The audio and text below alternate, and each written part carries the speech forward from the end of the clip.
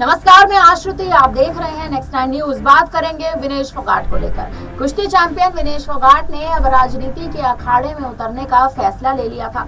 वह हरियाणा विधानसभा चुनाव में जिंद जिले की जुलाना सीट से मैदान में उतरी है। फोगाट का कहना है कि राजनीति में उनकी एंट्री पसंद से नहीं बल्कि मजबूरी के कारण हुई है। जी हाँ, एक निजी चैनल को दिए इंटरव्यू में बातचीत करते हुए वो ये कहती नजर आई, यानी विनेश फोगाट कहती नजर आई कि राजनीति में आने के अपने फैसले से लेकर कांग्रेस के टिकट पर चुनाव लड़ने के निर्णय तक उन्होंने बात की है। ये भी बताती नजर आई कि हरियाणा के लिए उनका आखिर क्या विजन है। विनेश फोगाट का कहना है कि साल 2024 ओलंपिक के बाद परिस्थितियों ने मुझे इस निर्णय यानी चुनाव लड़ने के निर्णय पर मजबूर कर दिया था। लोगों की मांग उठी थी कि उनके लिए, उनके बच्चों के लिए और अपने अंदर के योद्धा को जीवित रखने के लिए आगे मैं आती नजर आऊं। विनेश फोगाट ये भी कहती नजर आए कि मेरा यह फैसला हाई प्रोफाइल पहलवानों के विरोध के बाद न्याय के लिए निरंतर लड़ाई से जुड़ा है। हम मुश्किलों का सामना करने के बावजूद रिजल्ट देने में विफल रहे हैं। आपको बताते चलें कि विनेश फोगाट उन शीर्ष पहलवानों में से एक हैं जिन्होंने भारतीय कुश्ती महासंघ के पूर्व अध्यक्ष बृजभूषण शरण सिंह के खिलाफ विरोध प्रदर्शन करने के लिए सड़कों पर तक उतर गई थी। बृजभूषण पर कई महिला पहलवानों ने यौन उत्पीड़न के आरोप लगाए थे। विनेश फोगाट का कहना था कि हमने सड़कों पर लड़ाई लड़ी, हमें क्या मिला? हमें दुर्व्यवहार और अपमान के अलावा कुछ नहीं मिला। मैं ओलंपिक्स में गई, क्या मुझे न्याय मिला? कुछ नहीं मिला।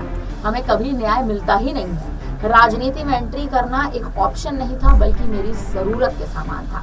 पहलवानों का विरोध प्रदर्शन राजनीति से प्रेरित होने के बीजेपी के आरोप पर विनेश फोगाट कहती नजर आई थी कि सबसे पहले जब हमने आंदोलन की शुरुआत की थी, हमने जब सबसे पहले आंदोलन किया था तो शुरुआती अनुमति बीजेपी के 2 नेताओं से दिलवाई थी, इसीलिए वे कांग्रेस को दोष नहीं दे सकती है।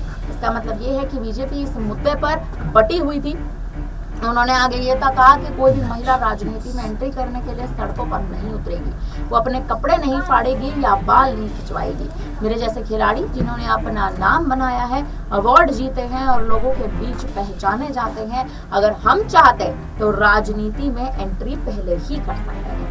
विनेश फोगाट ने बीजेपी पर हमला किया और ये तक कहा कि हमने उनकी पार्टी को सांसद यानी बृजभूषण शरण सिंह के खिलाफ कार्यवाही करने का पूरा मौका दिया था, लेकिन जब एक्शन ही नहीं लिया गया तो हम दूसरी बार आंदोलन पर बैठते नजर आए। विनेश फोगाट ये भी कहती नजर आई कि बीजेपी कुछ नहीं करती बल्कि पूरी पार्टी ने उनका यानी बृजभूषण शरण सिंह का साथ दिया था और हम पहलवानों को झूठा साबित करने में लगी हुई थी। जब हमने अपने अवार्ड्स को गंगा में डुबाने की बात कही तो मात्र सिर्फ कांग्रेस ही हमारे पास नहीं आई बल्कि ममता बनर्जी ने हमें बुलाया और हमसे ऐसा ना करने का आग्रह भी किया। आपको बता दें कि कहीं ना कहीं इस वक्त जिस हिसाब से विनेश फोगाट कांग्रेस का समर्थन करती नजर आ रही है, आगे वो ये भी कहती नजर आई कि आम आदमी पार्टी के अरविंद केजरीवाल हमारे विरोध प्रदर्शन में आए थे, अन्य राजनीतिक दलों के लोग हमारे विरोध प्रदर्शन के समर्थन में आए थे। बीजेपी यह दावा नहीं कर सकती कि पहलवानों के विरोध प्रदर्शन का आयोजन किसी एक राजनीतिक दल ने नहीं किया था। उन्होंने कहा कि कभी कभी वे हम पर मुसलमान होने का आरोप तक लगा देते हैं, कभी कभी ये तक कह देते हैं कि हम पाकिस्तान का समर्थन करते हैं या हम खालिस्तानी हैं। ये काम नहीं करेगा। बीजेपी को स्वच्छ राजनीति में शामिल होने की जरूरत है।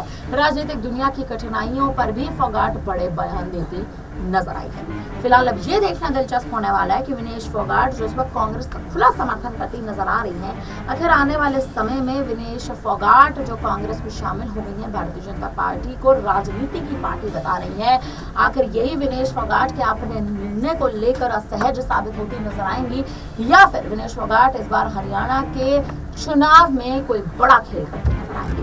फिलहाल इस पर आप क्या कहेंगे? आप कमेंट करके हमें जरूर बताएं। तमाम बड़ी खबरों के लिए बने रहिए हमारे साथ, देखते रहिए नेक्स्ट टाइम।